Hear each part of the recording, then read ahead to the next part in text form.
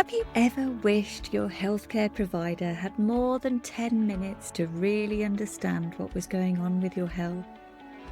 Not just your symptoms, but your sleep, stress levels, emotions, and what might be causing your issues in the first place. Welcome back to Exploring Ways to Wellness. I'm Sarah, and today I'm chatting with a long-time friend, Sarah Cooper, about her fascinating journey with homeopathy, a practice that takes exactly this kind of holistic approach to health and well-being. For those new to homeopathy, it's a gentle system of medicine that uses highly diluted natural substances to stimulate the body's own healing response.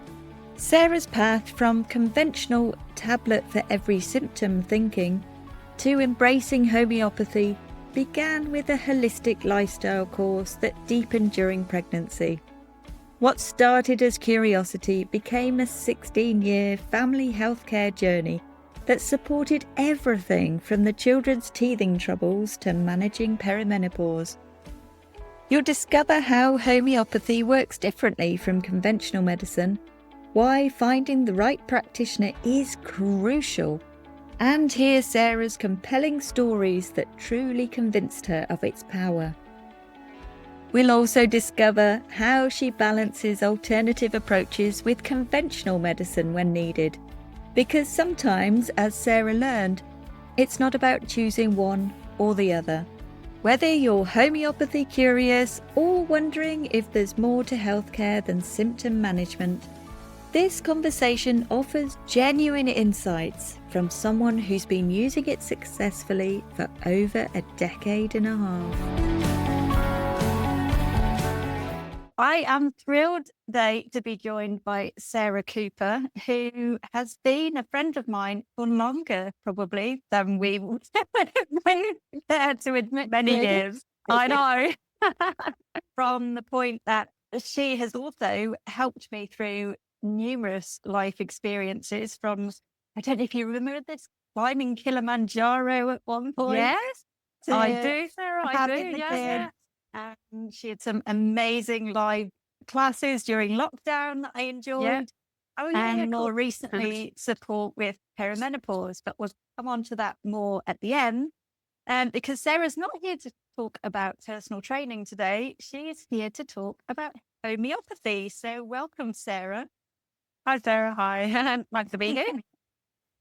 It's great that you were able to join us today. I'm sure everyone's going to find this really interesting. But Yeah, if you wouldn't hopefully. mind by starting with just giving me a little bit of background into how you came across homeopathy, what even is it, and how you use it. Yeah, cool. Okay. So basically, my background obviously is in exercise and teaching classes, PT, that kind of thing. So I've pretty much done that since I was a teenager.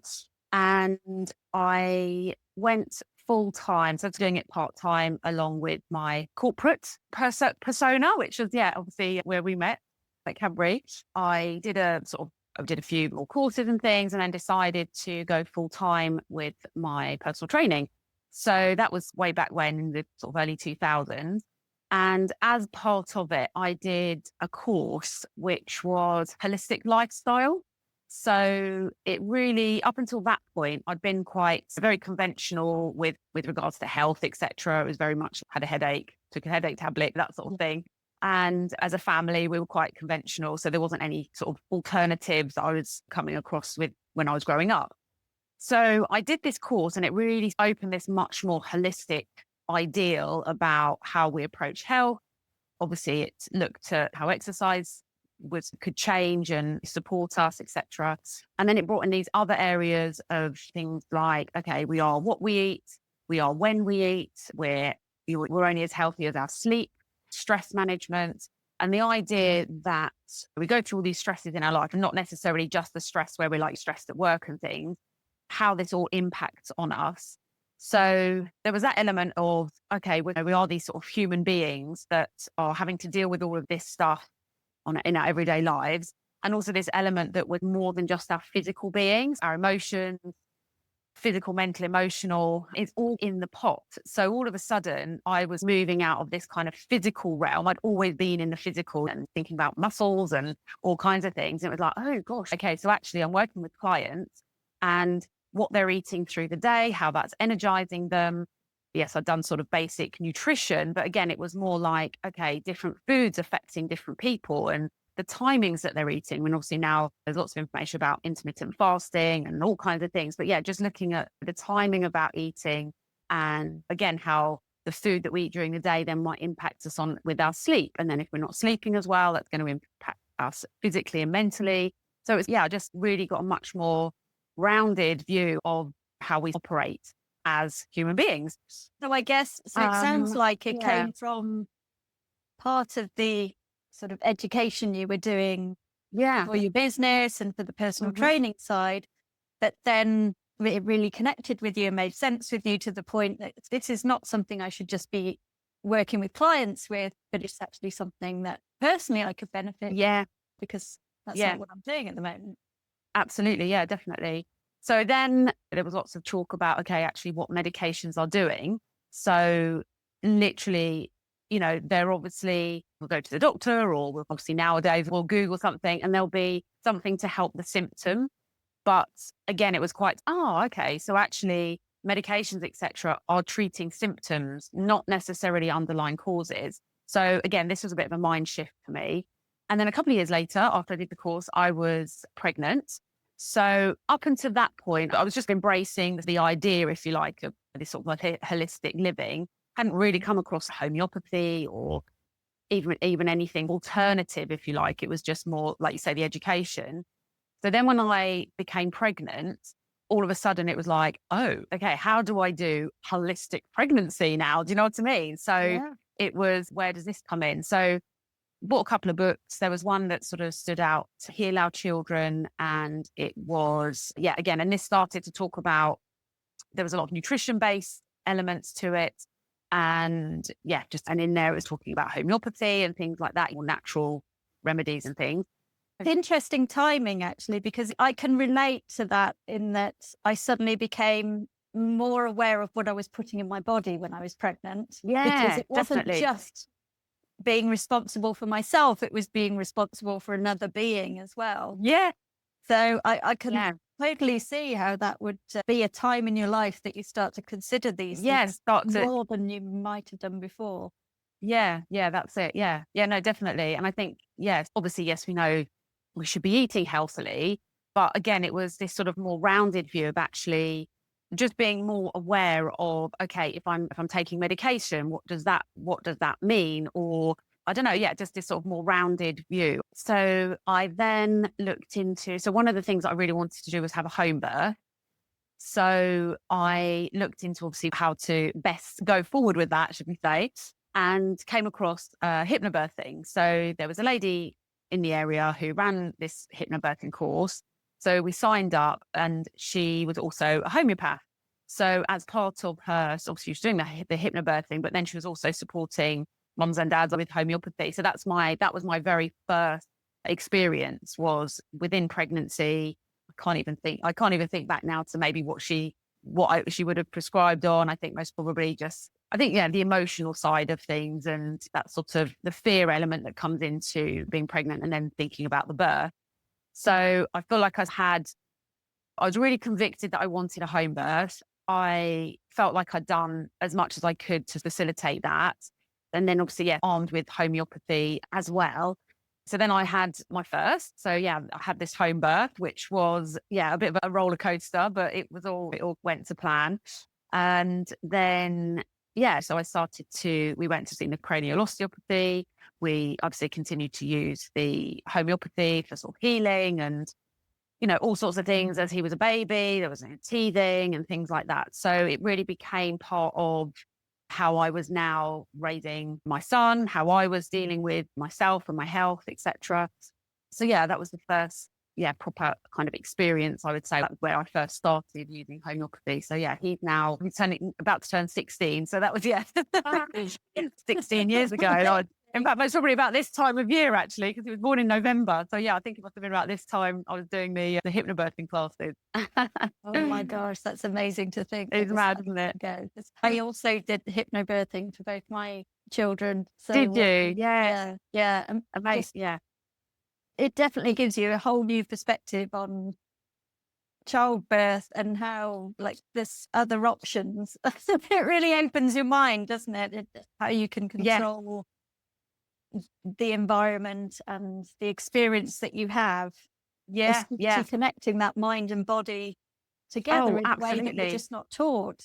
Yeah, totally. No, it was hugely powerful for us. Yeah, massively. We did a lot of visualization. Gary, he just had to say like literally a couple of words. And I do remember, I know we're a bit off track of the homeopathy now, but I do remember, I remember him saying something. I was like, no, you've got it wrong. You've got it wrong. I think I was trying to remember, he was in the moment trying to remember this visualization that we'd come up with together. And I was like, no, I'm whatever this is. Oh, right, okay. So we had to change it. I think it was so funny. Brilliant. But yeah, so that was really powerful.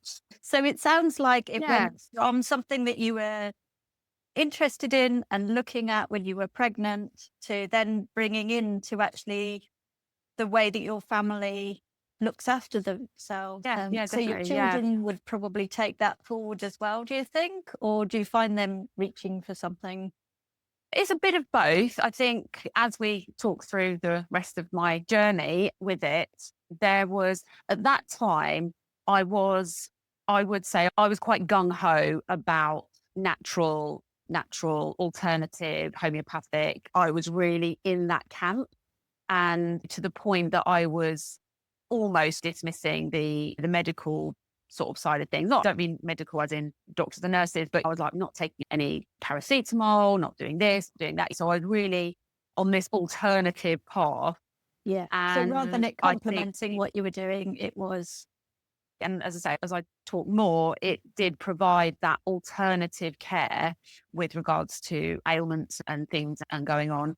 Not to say we still Zach he was about a year, just under a year, and he got croup. So we did have to go into hospital with that.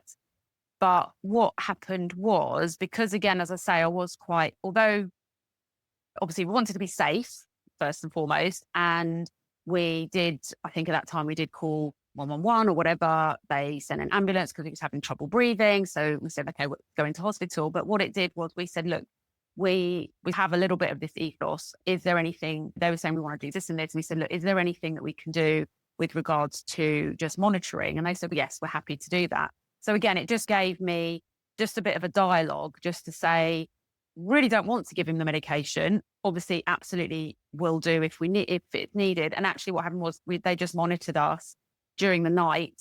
And then, it subsided and he was able to breathe. And so it just created that little bit of space, a bit of a pause just to say, okay, what's necessary? And if they were happy to monitor and that kind of thing. But there were situations like that where, okay, yes, I wouldn't have been at home saying, oh, here, just take a tablet or whatever. There was obviously a need for a greater level of care, but it still meant we could have a more informed sort of discussion with the doctors and see actually what we could do, situations like that. And then, we just then obviously use the homeopathy sort of for recovery after that. Wow. Yes, that sounds really powerful. The fact that it gave everybody in that situation a chance to just step back and say, actually, before we just rush in and immediately medicate, can we just check what? Yeah, that's it. Yeah, exactly. And then whatever decisions were made obviously worked out really well. So that's great. Yeah. Do you find that you tend to use homeopathy as for preventative measures instead of treatment? Yeah, again, that's sort of changed over time. Pretty much every alternative care is that there is an element of cost involved. Mm-hmm. So occasionally we would have to weigh up to say, okay, are we going to trying to think back to that sort of when he was poorly at that time, it may have been that we weren't able to access that sort of care. So it's a bit of both really. It's just to say, okay, is this something that we can treat and have a consultation with the homeopath? Or sometimes we have treated with a remedy so again, as we went along, we learned a lot more about different remedies and what to use in which situations. And again, that was just through the education of the homeopath. So it might be that we could then say, okay, for XYZ symptoms, we could then try X remedy kind of thing, because we learned a little bit more about what to use when. So yeah, so it's a bit of a mix really. So yeah, ideally we would use it all the time, as in, okay, if there's things going on, but then it might just be that we needed to use it to just at certain circumstances in that way. Is there anything that you as a family would take on a regular basis to No, improve not your health? really. Or it tends to be there's No, an it would, issue and then you contact your homeopath and then they give you a yeah, remedy? yeah, that's it. Yeah. The only one that I use more regularly, as in that way. So yeah, basically pretty much 90% of the time, it's like an acute use, if you like. Do you know what I mean? It's okay, Yeah. this is happening. Yeah, we would ask the homeopath, and okay, we would have a consultation. She would prescribe, and then we'd go from there. But the only one, yeah, that we've used is she made us, it's called a calming remedy. So it's basically a bit of a mix. I don't know what's in it. It's just called calming. And it's basically to calm your nervous system. So that's a great one that we either use if, yeah, things are a little bit stressful, if we've got sort of school anxiety going on, if we've got, yeah, any kind of extra level of stress or anxiety, or I don't know, worries, not being able to drop off to sleep, just sometimes little signs and symptoms with the kids where, yeah, they're obviously a little bit more heightened. There's stuff going on and they just need that sort of, yeah, it's just basically a sort of a nervous system calmer. Yeah, sounds That's the only amazing. one. I know, that's it. Yeah, exactly. So yeah, that would be the one that we would reach for as just a general thing that we can use. The other one maybe would be hay fever remedies as well. So again, we wouldn't necessarily, if somebody says, I've got itchy eyes or Antihistamine. something. Yeah, that's it. Yeah. Then we just go, okay, let's do a little bit of remedy. So yeah, so things like that you would use. Yeah, I would use them. There's another one. It's called ABC. So it's got 3 different remedies in. And again, that's one for sort of an acute, yeah, if you've got a bit of a headache, if you've got a bit of something that's come on quite suddenly, you can use it for like period pains and yeah, things like that. Yeah. So there's a couple that I would use just generally. But to say, for instance, like right now, none of us are taking any remedies at all unless something comes up. Yeah, that's really useful because you do find if you mention to people these days, whether it's online or offline, if you say, oh, I've got a bad cold at the moment or a sore throat or something, suddenly you'll get quite a lot of people say, oh, you should take this or you should take that or you should take the other. Yeah. And so it's that kind of, if everybody's got a different idea of what you should take, like which one works sort of thing. But Yeah, that's it. Yeah. You've got a homeopath who you trust who can actually tell you from an expert point of view. Oh yeah, definitely. Exactly what you should take rather than it being this kind of inundated Yeah, that's it. of like taking hundreds of supplements and hoping for the best. Oh yeah, yeah. No, I think that's it. Yeah, definitely. And I think, yeah, as I say, we've used it now for the past however many years. So yeah, there's a little bit of knowledge. But yeah, as I say, generally speaking, I would go to the homeopath if there was a situation. Yeah. So again, we've spoken about perimenopause and menopause. So that would be a situation where the homeopath would support me through different sort of stages with that. Do you know what I mean? So it might be that we would have a consultation. She would there might be one particular thing. So say, for instance, if it was sort of hot flashes or something, it might just be that I would consult her on that element and we would be supported in that way. And how did you discover her? Was it just a matter of Googling or is there a particular site you would recommend going on to? So we've used 2 homeopaths. So the first one, she was just through the hypnobirthing. And then the hilarious thing was, when I obviously was chatting with people, they were like, oh yes, I know her. Oh, I know her. So she was very prolific in St. Albans where we were at the time. She was very knowledgeable. She had a midwifery background. She was amazing, very supportive. And sometimes the sessions were quite therapeutic themselves because you'd be offloading about, oh, there's this and there's that and that's going on.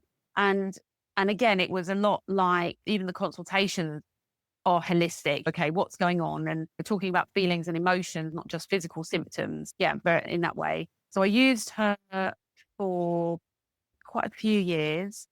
Then again, as I talked through, but then, so my eldest then did become quite poorly.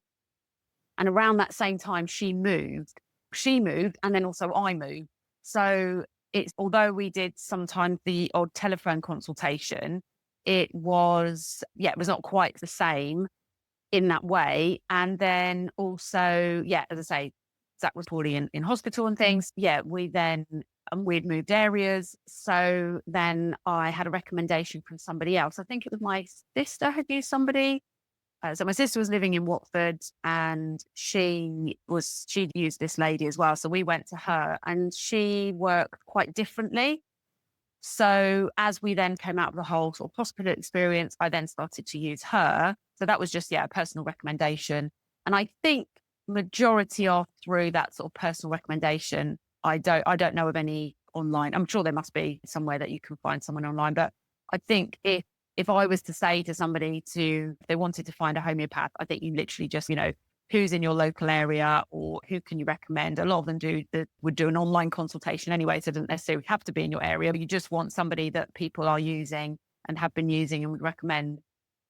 Yeah, it feels like you'd need to have that real kind of deep level of trust that you built up between you and them. And I guess that helps you move to that second level quicker, doesn't it? If you know somebody else who's used them and that's right. Yeah. Works well. And I guess they spend then some time to get to know you, to get to know your family, and from a medical perspective, understand when so that they could establish what would be right and not. Because it does feel like you could go on Amazon and just Google something and have all sorts of potential things sent to you. Yeah. You could end up doing more harm than good if you're taking wrong things. I think with things like that, you could be spending a lot of money on something that isn't needed or doesn't work with, like you say, with the supplements. So it's definitely worth doing a bit of a sort of research with regards to people who haven't used somebody and that kind of thing. So with regards to homeopathy, I would always recommend the person that I'm using. With regards to say like my work, etc., it's just that it's a much more holistic approach, if you like. Not necessarily, I would talk about homeopathy. Do you know what I mean? But I wouldn't necessarily, and if somebody was interested, then I would say, and also because the homeopath that we're using now, that we started using, she's also a kinesiologist. So she does, which I don't know if you've come across, which is basically a way of allergy testing. And so she brings this in as well. And she does then advise on or prescribe on supplements as well. So so as I learned, as I went along, so there is classical training with regards to homeopathy, which is basically where their particular type of training, you go along and you say, oh, I've got hay fever or something. So they go, all right, here's a remedy. So this is hay fever. This is the remedy that links in with hay fever. And off you go. And then they do a little bit of a kind of a test out. Oh, okay, is that sort of strong enough? Is it working? Bit backwards and forwards, maybe. So, and you obviously feed back into them as how are you feeling and everything. So it's a little bit of a sometimes two-way sort of street, if you like. Yeah. Whereas this lady she would bring in a little bit of a mix. So it might be, so say for instance, hay fever can be linked in with your liver being overloaded. So then she would bring in not just treating symptoms of hay fever, but she would then be looking at your liver. And then she would be looking at what nutritional support you might need for that. Do you need a bit more detoxification? So she would bring in a little bit more all encompassing rather than just on the remedy. So I can't remember what her training is, but it's slightly different. And then again, like she a real might skill to it. Yeah, I know. I'm always like blown away by how much information she knows about the human body. And she would bring in, okay, what might be, is there an allergy that's exacerbating this? Do you know what I mean? So it's okay, you might think, oh, okay, I've got hay fever, but is there something else in the picture as well? And then she would bring that in. Because obviously the way that sort of the whole thing about homeopathy is that you are treating not just physical symptoms, but this emotional sort of mental load as well. That's the idea. So so she would bring in the supplements and things as well to support the body. And then the idea is that then the homeopathy element works even better because you're supporting the body as well. Yeah. Yeah, it's really fascinating. It's really interesting to hear. I know. Hearing all this, it's Yeah. amazing. I really don't know much about the whole technicalities behind it, but yeah. Yeah. But the fact that, as you say, there's 15 years plus of you trying these things out and seeing the evidence of it working, Yeah. that's really powerful. It's not just something you tried once and thought, oh yeah, maybe it Oh, worked, maybe it didn't. Yeah. I don't quite Yeah. know. But yeah, to have that trusted support there as well, to know that kind of if something comes up, Yeah. you've got somebody that you can contact and you know that they can help you. Rather Yeah. than sometimes you can feel a little bit, or I certainly do. I sometimes feel that the doctors kind of they're just happy to send you away with a prescription and Yeah. haven't necessarily Yes. spent that time, as you say, to understand the cause as opposed to the symptom. Yeah. Yeah, definitely. Yeah. And I think I remember when, as I say, way back when I did that first course and it went into all these things. And as part of it, you filled out all these questionnaires about your sleep and food and stress levels, digestion. And it said that when we go to the GP, we literally just talk about our symptoms. We say we've got this and that and the other going on. And there's this whole other realm of information that isn't necessarily discussed. And obviously, some GPs are a little bit more interested in that sort of side of things than others. But, Most of you know, them time though, aren't they? I mean, yeah, they're that's it. literally given like Exactly. these Yeah. 5-minute appointments. So Yeah. even if they do want to understand that Yeah. deeper, I'm sure that GPs themselves, they want to have that ability Yeah. to delve a little bit more, but they're just not Yeah. given that time, are No, they? it's it's Towards very appointment. stretched. Yeah. Yeah. So they're just getting a little 10% snapshot of what's going on for you. Whereas there's all this other information. It's a bit like, yeah, when you have a headache, you can obviously, yes, you can take some paracetamol or whatever, but what's the underlying cause of your headache? Are you just dehydrated or do you need to take some oil because you're not just dehydrated, but your membranes are needing there a could be little lots bit of of reasons support? for it. Yeah. Is it hormonal? Is it to do with your cycle? Is it, do you know what I mean? So again, you can take the paracetamol to cure the headache. That will, that will help in some cases, but then you haven't actually addressed that sort of underlying cause of the headache. So I think that's where, that's why I look for something alternative in that first instance. Yeah. When I first started, it was definitely, I was a bit like, I can see it's working. I'd use things with the kids like teething, and it definitely seemed to help. I was a bit like, oh, would it just have gone away on its own anyway? Do you know what I mean? I did have that sort of, I feel it is supporting us, and I trusted I trusted our homeopath and things. And then I think when I had Grace little, so it was my second, and I got mastitis, and it was obviously just, incredibly painful. It was really horrible. If anyone out there has had mastitis, it's just not the nicest thing. And, I think all the cabbage leaves and all the things you need to do. And so obviously I did consult the homeopath, and she said, okay, so let's try this. And I said, just to let you know, I have also rung the GP and I've now got a prescription for antibiotics. And again, it was a bit like that. It was, if you've got mastitis, you need antibiotics, right? There's no question about it.